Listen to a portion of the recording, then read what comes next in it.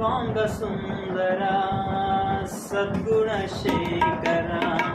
యేసయ్యా నిన్ను సీయోనులో చూచెదా